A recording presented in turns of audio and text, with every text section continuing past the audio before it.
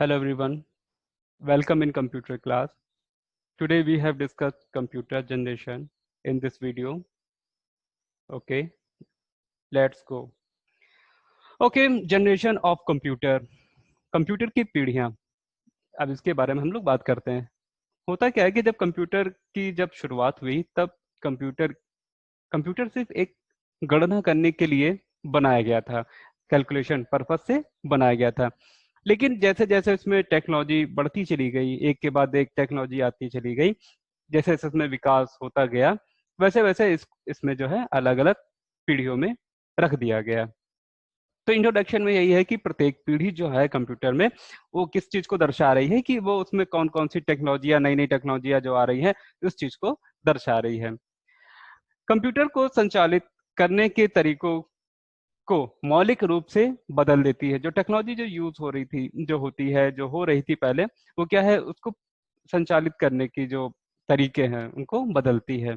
और उसी के परिणाम स्वरूप क्या हुआ, कंप्यूटर जो छोटे होने लगे, अधिक यूजर फ्रेंडली होने लगे, मतलब लोगों के लिए उपयोगकर्ता आसानी से उसको प्रयोग कर सकता है। ठीक है, कुशल हो गए। इसके अलावा बहुत सारे मल्टीपर्पज वर्क के लिए, बहुत सारे कामों के लिए यूज होने लगा। कंप्यूटर के मूलभूत सिद्धांतों व किसी भाग के नवीनी रूप में विकसित होने पर एक नई पीढ़ी की शुरुआत हुई। जैसे कि पहले जनरेशन के कंप्यूटर थे, उसमें क्या होता था, उसमें मैग्नेटिक ड्रम के स्टोरेज के लिए यूज हो रहा था, वैक्यूम ट्यूब का यूज हो रहा था, बहुत सारी वैक्यूम ट्यूब यूज होती थी, लेकिन उसमें कुछ कमियां थी। लेकिन बाद में ट्रांजिस्टर का यूज हुआ, विभिन्न विभिन्न प्रकार की और चीजों का डेवलपमेंट होता गया। इसी के आधार पर कंप्यूटर को कई सारी जनरेशन में रखा गया। तो मुख्यतः जो कंप्यूटर की पांच पीढ़ियां जो है, पांच पीढ़ियों में विभाजित किया गया है। फर्स्ट जनरेशन 1940 यानी 1940 से लेकर के 1956 तक। सेकेंड जनरेशन 1956 से लेकर के 1964 तक। थर्ड जनरेशन 1964 से लेकर के 1971 तक। और फोर्थ जनरेशन 1971 से लेकर के 1980 तक। और लास्ट जो है फिफ्थ जनरेशन 1980 से लेकर के अब तक प्रयोग हो रही है। अब हम पहली पीढ़ी की बात करते हैं। प्रथम कंप्यूटर की जो फर्स्ट जनरेशन है 1940 से लेकर के 1956 तक, उसमें जैसा कि चित्र में दिख रहा है कि जो आपके लेफ्ट साइड में जो डायग्राम है, उसमें क्या है, वैक्यूम ट्यूब को दिखाया जा रहा है। और जो कंप्यूटर था वो इस तरीके से बहुत बड़ी एक हॉल रूम में रखा जाता था। तो 1940 से लेकर 1956 के बीच विकसित कंप्यूटर कंप्यूटर की पहली पीढ़ी है। प्रथम पीढ़ी के कंप्यूटरों में सर्किट के लिए वैक्यूम ट्यूब और मेमोरी के लिए मैग्नेटिक ड्रम का प्रयोग इस्तेमाल किया जाता था। यह कंप्यूटर अक्सर बहुत ही विशाल हुआ करते थे। ठीक है, ये कंप्यूटर इतने बड़े होते थे कि एक स्टोर स्टोर जो होते हैं उनके बराबर होते थे। और ये वैक्यूम ट्यूब जो यूज होती थी, ये बहुत ज्यादा, इतनी ज्यादा हीट फेंकती थी कि इनके लिए बहुत सारे एसी का प्रयोग, यानी शीतलन के लिए, शीतल करने के लिए एसी का यूज किया जाता था। तो ये काफी महंगे होते थे, हर कोई इसका प्रयोग नहीं कर सकता था। इनकी स्पीड इतनी अच्छी नहीं होती थी। आजकल के कंप्यूटर जो हैं बहुत ज्यादा स्पीड होती है, लेकिन ये कंप्यूटर जो है इतनी अच्छी स्पीड नहीं होती थी। इनकी कैलकुलेशन जो है बहुत ही लो होती थी, बहुत ही धीरे धीरे ये वर्क करते थे। अत्यधिक गर्मी गर्मी उत्पन्न करते थे, अक्सर खराबी का कारण, और ये गर्मी थी इस वजह से खराबी इसमें देती थी। प्रथम पीढ़ी के कंप्यूटरों को प्रोग्राम करने के लिए मशीनी भाषा का प्रयोग किया जाता है। देखिए, कंप्यूटर की ज्यादातर हम तीन भाषाओं की बात करते हैं। एक तो हमारी होती है हाई लेवल लैंग्वेज, जो हम लोग की भाषा होती है, जैसे हम लोग कंप्यूटर जिसको हम लोग जैसे हिंदी हमारी हो गई, इंग्लिश हो गई, ठीक है, फ्रेंच, अमेरिकन, अलग अलग कई भाषाएं हैं। तो ये भाषा जो है कंप्यूटर नहीं समझता है। वो कंप्यूटर समझता है, सिर्फ मशीनी भाषा को समझता है। मशीनी भाषा मतलब बाइनरी नंबर या 0 1। जैसे कोई मशीन है, या कोई हम बल्ब की बात कर ले या पंखे की बात कर ले, तो वो सिर्फ दो चीजों को समझता है। एक तो अगर उसमें करंट फ्लो हो रही है तो उसको ऑन कहते हैं, और अगर उसमें करंट फ्लो नहीं हो रही है तो उसको हम लोग ऑफ बोलते हैं, कि कंप्यूटर में करंट फ्लो नहीं हो रही। अगर हमें किसी बल्ब को इंस्ट्रक्शन देनी है कि भाई जलना है, तो उसके लिए हमें स्विच ऑन करना पड़ेगा, मतलब उसको एक इंस्ट्रक्शन मिली कि अब जो है करंट उसमें फ्लो रही, जल रहा है। और जब हम लोग स्विच बंद कर देते हैं तो उसको इंस्ट्रक्शन मिलती है कि अब बंद होना है। तो हमारा जो कंप्यूटर है एक मशीन है, और मशीन जो है वो सिर्फ जो है मशीन लैंग्वेज को ही समझती है, मतलब कि ऑन ऑफ को ही समझती है। अब इस जो सिद्धांत होता है, इसको हम लोग जो है बाइनरी नंबर सिस्टम बोलते हैं। ठीक है, जो बाइनरी नंबर सिस्टम होता है, ये कंप्यूटर जो होता है सिर्फ इन्हीं भाषाओं को समझता है। बाइनरी का मतलब होता है दो, बाई मतलब दो। तो बाइनरी नंबर सिस्टम में क्या है कि सिर्फ दो नंबरों का प्रयोग होता है, एक जीरो होता है और एक वन। जीरो का मतलब होता है कि ऑफ, मतलब करंट फ्लो नहीं हो रही है, और वन का मतलब होता है कि करंट फ्लो हो रही है। ठीक है, मतलब कि ऑन। तो ऑन और ऑफ को समझता है, और इन्हीं से मिल करके जो है वो ट्रांसलेट करता है, और बाइनरी नंबर में जो हाई लेवल लैंग्वेज होती है उसको कन्वर्ट करता है। ठीक है, तो कहने का मतलब है कि जो भी भाषा हम लोग बोलते हैं, जो हम लोग हिंदी है, इंग्लिश है, जो भी भाषा हम लोग प्रयोग करते हैं, ये कंप्यूटर इसको मशीन लैंग्वेज में पहले कन्वर्ट करता है, फिर अपनी भाषा में समझता है, फिर उससे प्रोसेस करता है, फिर उसके बाद क्या है, फिर कन्वर्ट करके हमारी अपनी भाषा में उस चीज को समझाता है। ठीक है, तो कहने का मतलब कि जो कंप्यूटर है वो मशीनी भाषा में उस समय प्रयोग हो रहा था, क्योंकि उस समय ट्रांसलेटर नहीं थे कि उसको जो है ट्रांसलेट कर सके। अब मशीनी भाषा कंप्यूटर के लिए तो आसान है, लेकिन जो प्रयोग करता है, जो उपयोग करता है, उसके लिए आसान नहीं, वो समझ नहीं सकता कि ये क्या लिखा गया है। ठीक है, तो ये कंप्यूटर एक समय में केवल एक ही समस्या हल कर सकते थे। आजकल जो कंप्यूटर हम लोग प्रयोग करते हैं वो क्या है, मल्टीपर्पस, कि बहुत सारे चीजों को कर सकते हैं, मल्टीटास्किंग कर सकते हैं। ठीक है, लेकिन पहले कंप्यूटर था कि अगर हमें सिर्फ एक उसको प्रोसेस दे दी तो वो एक प्रोसेस करता था। आजकल हम लोग क्या है, डॉक्यूमेंट पे भी काम कर लेते हैं, सॉन्ग भी सुन लेते हैं, वीडियो भी देखना हो तो देख लेते हैं। तो आज के कंप्यूटर में हम लोग कई चीजों का प्रयोग कर सकते हैं। इनमें इनपुट पंच कार्ड और पेपर टेप के पर आधारित था, और आउटपुट प्रिंट आउट पर प्रदर्शित, पहले मॉनिटर नहीं थे, आउटपुट प्रिंट आउट पर प्रदर्शित होता था। ठीक है, और इनपुट के लिए हम लोग पंच कार्ड का प्रयोग करते थे। अब पहली कंप्यूटर के लाभ क्या है, advantage of first generation, vacuum tube का प्रयोग होता था। पहली पीढ़ी के कंप्यूटरों के इंटरनल सर्किट में लॉजिकल एलिमेंट के रूप में वैक्यूम ट्यूब का प्रयोग किया जाता था। यह वैक्यूम ट्यूब बड़े होने के कारण प्रथम पीढ़ी के कंप्यूटरों का आकार भी बड़ा होता था, कि थाउजेंड ऑफ वैक्यूम ट्यूब जो है यूज की जाती थी। यह वैक्यूम ट्यूब लगातार विद्युत के संचार होने के कारण जल्दी खराब हो जाती थी, इसलिए प्रथम पीढ़ी के कंप्यूटरों को ठंडी जगह में रखने की आवश्यकता पड़ती थी। पंच कार्ड और मैग्नेटिक ड्रम का प्रयोग होता था। पंच कार्ड का प्रयोग इनपुट के लिए होता था, जैसे आजकल हम लोग क्या है, कीबोर्ड का यूज करते हैं, माउस का यूज करते हैं, स्कैनर यूज करते हैं, ये सब इनपुट डिवाइस है। लेकिन पहले क्या था, सिर्फ पंच कार्ड का प्रयोग किया जाता था।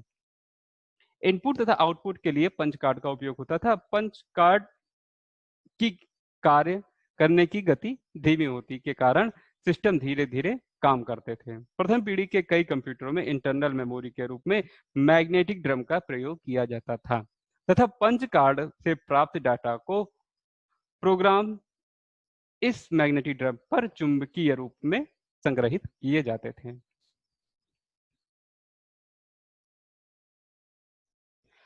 इसमें मशीनी भाषा का प्रयोग होता था। जो जो हमारी फर्स्ट जनरेशन के कंप्यूटर है, इसमें मशीनी भाषा और असेंबली भाषा का प्रयोग होता था। प्रथम पीढ़ी के कंप्यूटरों में प्रोग्रामिंग करने के लिए मशीनी तथा असेंबली भाषा का प्रयोग किया जाता है। अब इसकी रिक्वायरमेंट क्यों पड़ी मशीनी भाषा का प्रयोग? देखिए, मशीन है, आज भी हम लोग जो भी रोबोट जो भी करते हैं, मशीन को अगर हमें कोई काम कराना है, मशीन कोई भी इंस्ट्रक्शन जो भी है, मोबाइल हम लोग यूज करते हैं, उसमें क्या होता है, पहले उसमें एक प्रोग्राम डालना पड़ता है। ये उसको हम लोग ये कह सकते हैं कि उसको इंस्ट्रक्शन देनी पड़ती है, यानी उसको निर्देश देना पड़ता है। मशीन सिर्फ निर्देशों पे कार्य करती है, वो हमारी आपकी भाषा नहीं समझती है। या हम लोग ये कह सकते हैं कि हम लोग जो है, जैसा कि मशीन कहती है उस हिसाब से हम लोग काम करते हैं। अगर हम कोई चाहे कि एप्लीकेशन अपने हिसाब से डाल लें तो नहीं डाल सकते, अगर वो सपोर्ट नहीं कर रही है। ठीक है, तो वही सपोर्ट कराने क्या है, उसको जैसे निर्देश मिलते हैं वैसे वो कार्य करती है। ठीक है, तो पहले जो कंप्यूटर थे, फर्स्ट जनरेशन के, इनमें क्या था, प्रोग्रामिंग अत्यंत कठिन थी। इसमें जो है मशीन भाषा और असेंबली भाषा का प्रयोग होता है। अब प्रथम पीढ़ी के जो कंप्यूटर थे, उनके नुकसान क्या हैं या disadvantage of first generation computer. पहली पीढ़ी के कंप्यूटर आकार में एक तो बहुत बड़े थे। ये कंप्यूटर बहुत महंगे होते थे, हर कोई इसका प्रयोग नहीं कर सकता था। इसमें ऊर्जा की खपत बहुत ज़्यादा होती थी। थाउज़ेंड ऑफ वैक्यूम ट्यूब थी, उनका बहुत सारी वैक्यूम ट्यूब थी, उनका जो है इलेक्ट्रिक काफ़ी यूज़ होती थी। हज़ारों वैक्यूम ट्यूब का प्रयोग करने के कारण बहुत गर्मी, रूम में भी बहुत ज़्यादा टेम्परेचर हाई होता था। इसके लिए, इसके रख-रखाव के लिए जो है शीतलन का या एसी का प्रयोग किया जाता था। इन कंप्यूटर की गति बहुत धीमी थी। प्रोग्रामिंग के लिए केवल मशीनी भाषा का ही प्रयोग किया जाता था। प्रथम पीढ़ी के कुछ कंप्यूटर के उदाहरण है, जैसे ENIAC, ठीक है, EDVAC, UNIVAC, ये प्रथम पीढ़ी के कंप्यूटर हैं। अगला है हमारा द्वितीय पीढ़ी के कंप्यूटर। ये हमारे 1956 से लेके 1964 तक के जितने कंप्यूटर थे, इनको हम लोग सेकंड जनरेशन में रखते हैं, ठीक है। तो कंप्यूटर को जनरेशन ऐसे डिवाइड क्यों किया गया, ये हमने बताया कि जैसे जैसे टेक्नोलॉजी चेंज होती जाती थी, डेवलपमेंट, टेक्नोलॉजी जो चेंज हो रही थी, डेवलपमेंट को उतने जो कंप्यूटर में जो डेवलप हो रहा था, उसको जो है जनरेशन में डिवाइड किया गया। तो सेकंड जनरेशन के कंप्यूटर, पहली जनरेशन में जो था वैक्यूम ट्यूब का यूज हो रहा था, अब सेकंड जनरेशन में क्या है, ट्रांजिस्टर का यूज किया जाने लगा। तो जैसा कि डायग्राम में आप देख रहे हैं, जो लेफ्ट साइड में हमारा क्या है, ट्रांजिस्टर का डायग्राम है, और जो राइट साइड में दिखा रहे हैं, तो इसमें क्या है, ये हम लोग जो है कंप्यूटर को देख रहे हैं, इस तरीके से कंप्यूटर होते थे। दूसरी पीढ़ी के कंप्यूटरों में वैक्यूम ट्यूब के स्थान पर ट्रांजिस्टर का प्रयोग किया जाने लगा, क्योंकि ट्रांजिस्टर वैक्यूम से कहीं बेहतर थे, ठीक है। हीटिंग पावर कम हो गई। वैक्यूम ट्यूब में क्या था, काफी हीट करते थे, ऊर्जा निकलती थी, काफी ऊष्मा निकलती थी, जिसके कारण जो है रूम का टेम्परेचर बहुत ज्यादा होता था और वैक्यूम ट्यूब भी खराब हो जाते थे इसी चक्कर में। लेकिन ट्रांजिस्टर में क्या था, इतना इसमें इतना हीट नहीं होता था, ये हीट कम करते थे, और इनकी स्पीड भी थोड़ी ज्यादा थी। ट्रांजिस्टर ने वैक्यूम की जगह लेकर कंप्यूटर की दूसरी पीढ़ी की शुरुआत की। 1956 से लेकर 1964 के बीच दूसरी पीढ़ी के कंप्यूटर विकसित हुए। ट्रांजिस्टर वैक्यूम ट्यूब की तरह कार्य करते थे, लेकिन इनके कार्य करने की गति वैक्यूम ट्यूब से अधिक थी। जैसा कि हमने बताया कि वैक्यूम ट्यूब की अपेक्षा ये इस तेजी से कार्य करते थे। यह आकार में छोटे भी हो गए और अधिक विश्वसनीय हो गए, ठीक है। जो कंप्यूटर का साइज जो था वो छोटा हो गया। थाउजेंड ऑफ जहां हम लोग वैक्यूम ट्यूब यूज कर रहे थे, वहां कुछ ही हम लोग ट्रांजिस्टर का प्रयोग कर रहे थे। ट्रांजिस्टर लगातार विद्युत संवहन होने होने पर भी कम गर्म होते थे और इनमें विद्युत की खपत कम होती थी। अब इस कंप्यूटर के लाभ क्या हैं, advantage of second generation. Tape और डिस्क का प्रयोग होने लगा। तृतीय पीढ़ी के कंप्यूटरों में संग्रह माध्यम के लिए पंच कार्ड के अलावा चुंबकीय टेप, मैग्नेटिक टेप और डिस्कों का प्रयोग होने लगा। मैग्नेटिक टेप की बात करें तो आजकल प्रयोग में नहीं होती है, लेकिन अगर हम इसका एग्जाम्पल देखना चाहें तो जब हम लोग कैसेट्स की बात करते हैं, जो गाने के लिए, रिकॉर्ड के लिए जो कैसेट्स आती थी, वो हमारी मैग्नेटिक टेप का एक एग्जाम्पल है। मैग्नेटिक डिस्क होती थी, जो हम जैसे कि ग्रामोफोन की बात करते हैं, उसमें जो डिस्क प्रयोग होती थी उसको हम लोग मैग्नेटिक डिस्क बोलते हैं। तो वो एक इनपुट के लिए हम लोग उसको प्रयोग करते थे, हम लोग डाटा स्टोर करने के लिए इन चीज़ों का प्रयोग करते थे। मैग्नेटिक कोर अंतरिम स्मृति के लिए। दूसरी पीढ़ी के कंप्यूटरों में मैग्नेटिक ड्रम के स्थान पर मैग्नेटिक कोर मेमोरी का प्रयोग किया जाने लगा, और इसी जनरेशन में उच्च स्तरीय भाषा में प्रोग्रामिंग होना शुरू हुई। उच्च स्तरीय भाषा यानी हाई लेवल लैंग्वेज, जो हम लोग की भाषा हो गई, उसका प्रयोग किया जाने लगा।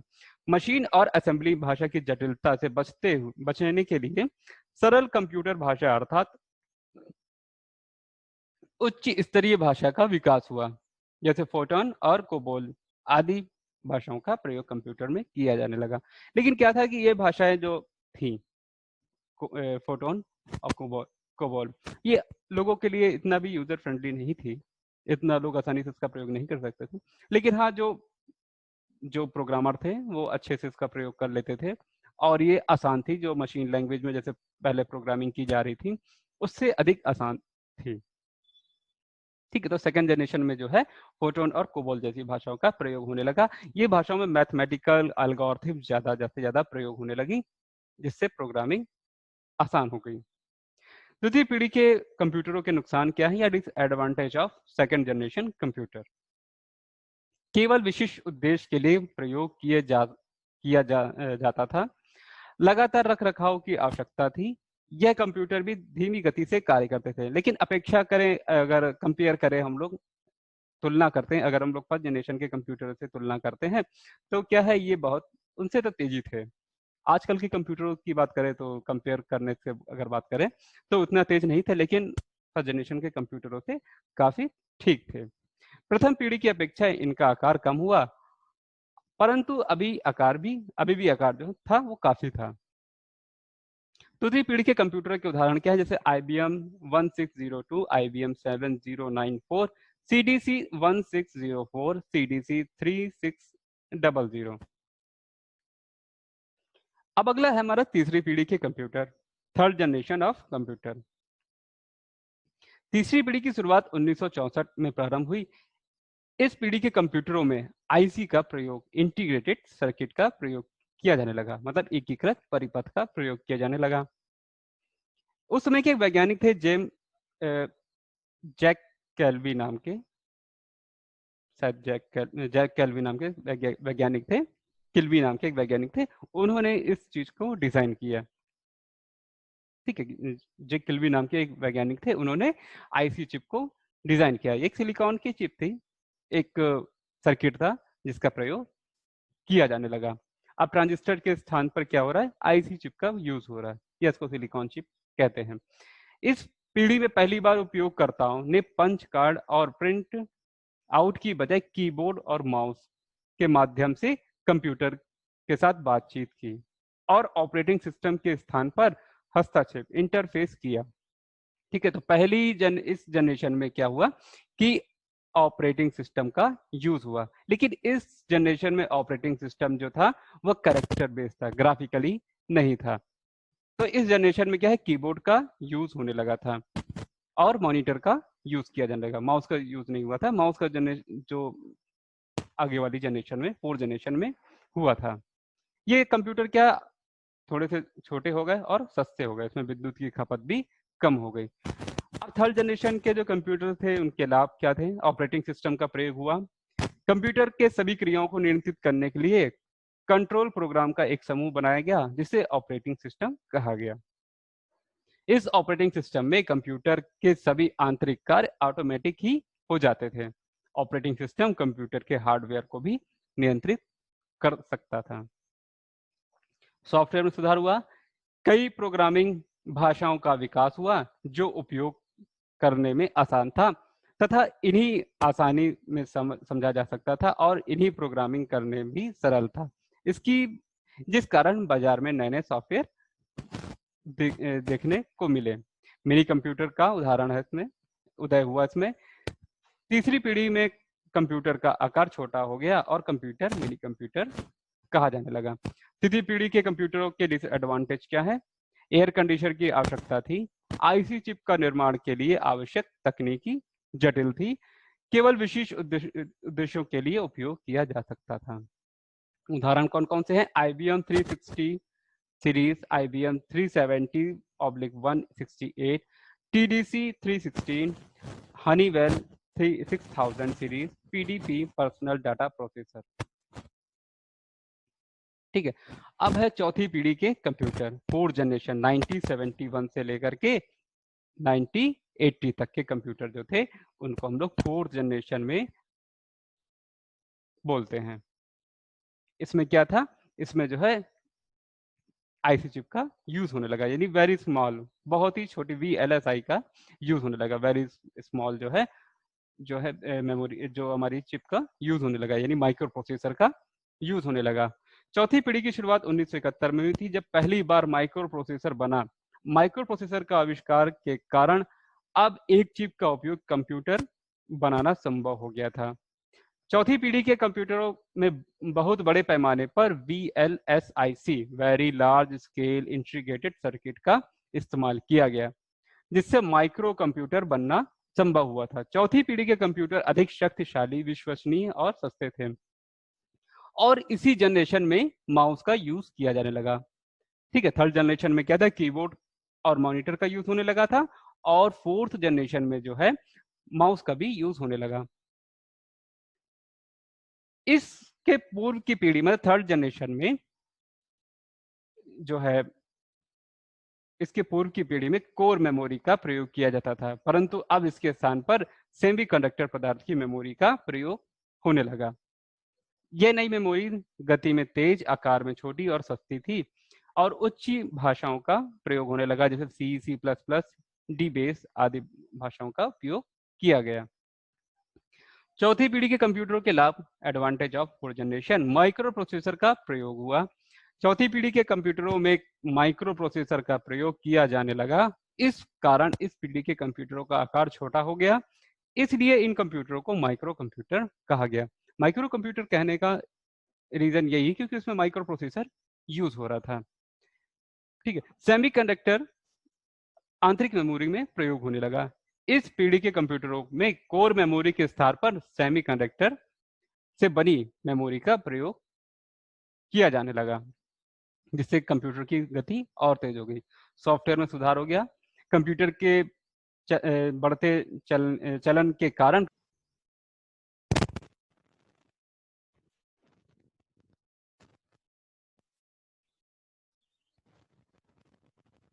कंप्यूटर के बढ़ते चलन के कारण कंप्यूटर के द्वारा किए जाने वाले कार्यों में वृद्धि हुई। इसके परिणाम स्वरूप प्रत्येक क्षेत्र के लिए अलग अलग सॉफ्टवेयर बनने लगे, जैसे स्प्रेडशीट, वर्ड प्रोसेसर, डेटाबेस, तो कार्य करने वाले सॉफ्टवेयर तैयार हुए।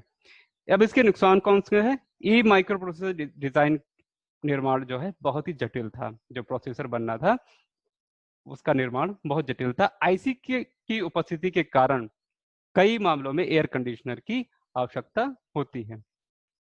चौथी पीढ़ी के उदाहरण कौन से हैं? Altair Altair 8800 MAC Cray CRAY Cray 1 supercomputer बना। Cray XMP supercomputer. ठीक है, अब पांचवी पीढ़ी के कंप्यूटर जो प्रेजेंट टाइम या आगे भी जो बन रहे हैं वह हमारी पांचवी पीढ़ी के अंतर्गत आते हैं। इन कंप्यूटरों में क्या है, इन पीढ़ी के कंप्यूटरों में शक्तिशाली व उच्च तकनीकी वाले कंप्यूटरों के लिए भविष्य में आने वाले कंप्यूटर को शामिल किया गया है।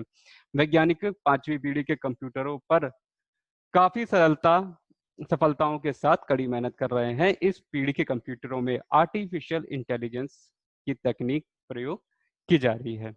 कंप्यूटर वैज्ञानिक AI एक उभरती हुई शाखा है। इन कंप्यूटरों में सी, सी प्लस प्लस, जावा, .NET का उपयोग किया जा रहा है। पांचवी पीढ़ी के कंप्यूटरों के लाभ क्या है? कंप्यूटरों के विभिन्न आकार के आधार पर बनाए गए हैं, जैसे कि डेस्कटॉप, लैपटॉप, पॉमटॉप, टैबलेट आदि कंप्यूटर बनाए गए। इंटरनेट का यूज होने लगा। इस पीढ़ी के कंप्यूटरों में इंटरनेट की एक जरूरत बन गई। दुनिया भर के कंप्यूटर एक दूसरे से इंटरनेट से जुड़ गए। नए अनुप्रयोग किए गए हैं। न्यू एप्लीकेशन यूज की जा रही है, जैसे कि फिल्मों के निर्माण में, यातायात नियंत्रण, तो ये विभिन्न विभिन्न प्रकार की एप्लीकेशन जो है बनाई जा रही हैं। अब इसके नुकसान क्या है? ये मानव मस्तिष्क को सुस्त और प्रफुल्लित कर सकते हैं। ठीक है, तो पांचवी पीढ़ी के कंप्यूटरों का उदाहरण क्या है? नोटबुक हो गया, अल्ट्रा बुक हो गया, या क्रोम बुक हो गया। तो ये थी हमारी कंप्यूटर की पांचों पीढ़ियां।